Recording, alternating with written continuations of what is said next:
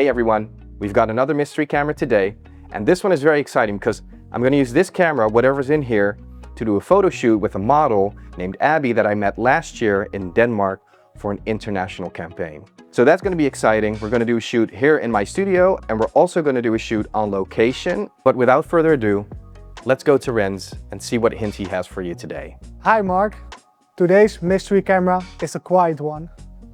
This camera is 10 years old and has a Micro Four Thirds mount. Good luck today.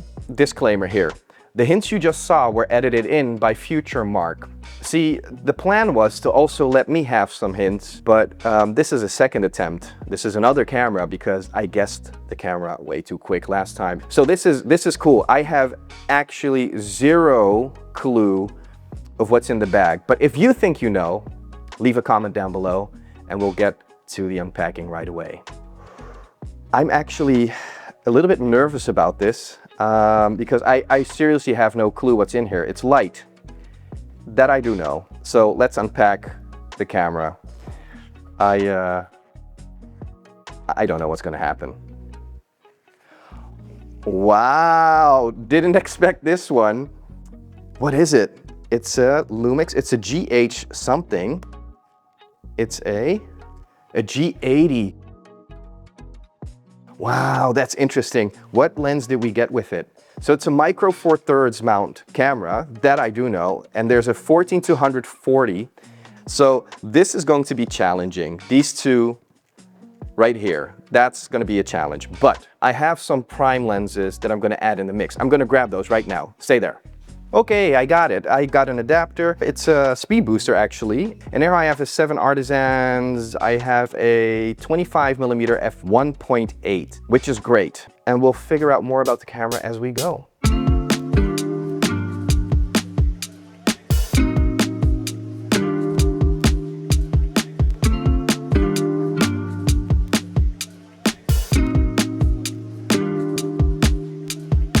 All right, let's start with the positives.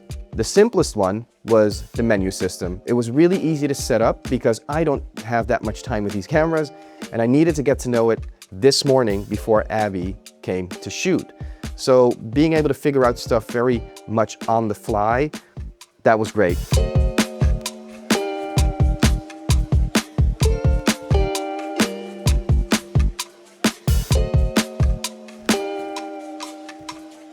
The other thing is the manual focus assists are great because I use the picture-in-picture plus focus peaking in combination with each other.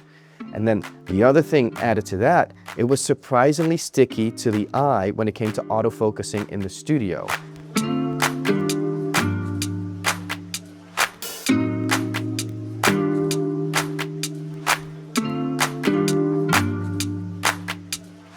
The other thing is great image stabilization.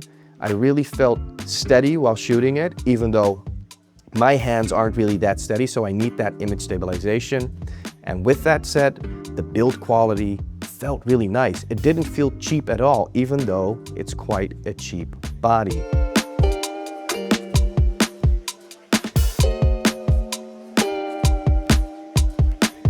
And also, not to forget, was the surprising colors.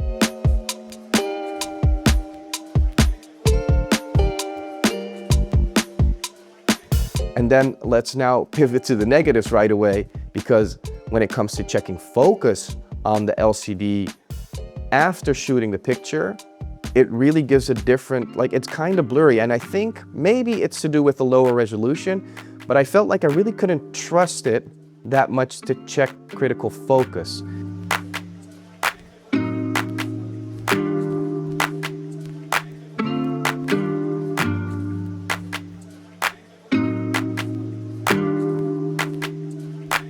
The other negative is, even though the colors look great on screen, I could get them back in Lightroom, but that meant I had to switch to a completely different color profile. And especially with the studio photos, the colors just changed immensely when I opened Lightroom and imported the pictures. And I was kind of taken aback, like, whoa, it shouldn't look like that. So I managed to switch to an Adobe color profile, and it kind of cleaned it up back towards that neutral image that I saw on the screen. And maybe that's something within my Lightroom that's a hiccup, but that's something to keep in mind. Don't just blindly import this and use the profile at hand if you don't like that image already.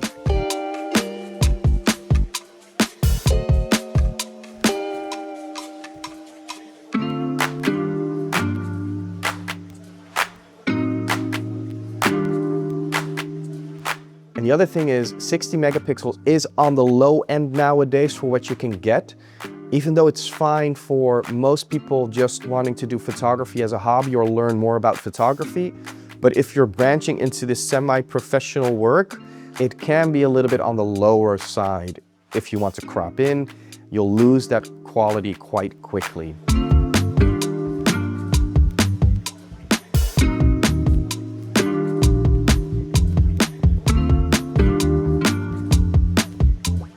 And another thing that's also important to know is that I felt like the highlights clipped pretty quickly. So again, like the D750 video, this camera tends to like to be underexposed a little bit. But there comes the last final negative.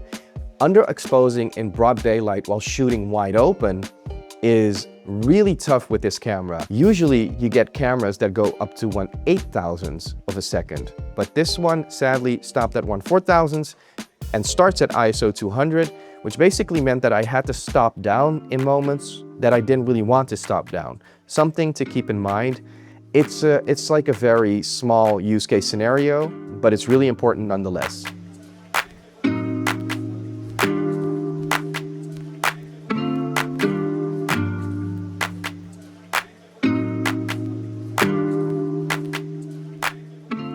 All right, that was an awesome day. I had so much fun testing out this camera. And Abby, thank you so much for joining me on this shoot. We appreciate you. You looked amazing on the pictures. I really can't believe what came out of that camera. Did you believe what you saw when you saw those pictures? Because it kind of blew my mind that this camera could produce that kind of result. Now, I gotta be honest, when I started this shoot, I wasn't really confident. You know, I really felt like, oh gosh, a micro four thirds sensor, am I gonna be able to work that into a high-end feeling image? I wasn't sure, and that completely got blown out of the water when I started editing the pictures. And again, all done in Lightroom, all done with just basic editing. It's nothing like crazy manipulative Photoshop stuff, right? And being able to get an image like this out of that camera, I'm kind of like, I want it now, maybe, but it's just really good to know. And again, it proves the point that you can extract good images out of even a micro four thirds camera. It kind of makes me want to gas it up. So the final verdict is, if you're looking for a camera that's this cheap, between 250 and 350 bucks, and you want some good film capabilities, and you want it to be compact, and you want it to be good enough, right? No sick professional stuff, no big campaign work. I think you're good to go, honestly. But there's a lot of stuff in that price range.